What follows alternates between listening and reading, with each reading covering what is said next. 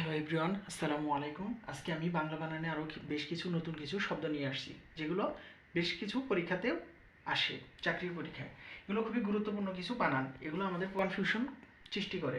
যেমন শুধু সৃষ্টি করে যেমন শুধু মন্ত্রী লিখলে দীর্ঘ ইকার, যখন এই মন্ত্রীর সাথে আরেকটা কোনো শব্দ যুক্ত করব, তখন এই দীর্ঘ ইকারটা হ্রস্ব ইকার হয়ে যাবে। যেমন মন্ত্রী পরিষদ, মন্ত্রিসভা।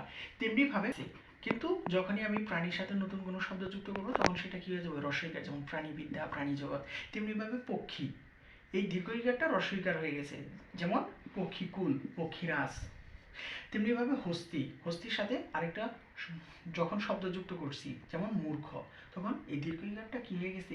হ্রস্ব ইকার। যেমন হস্তি মূর্খ, হস্তিদন্ত।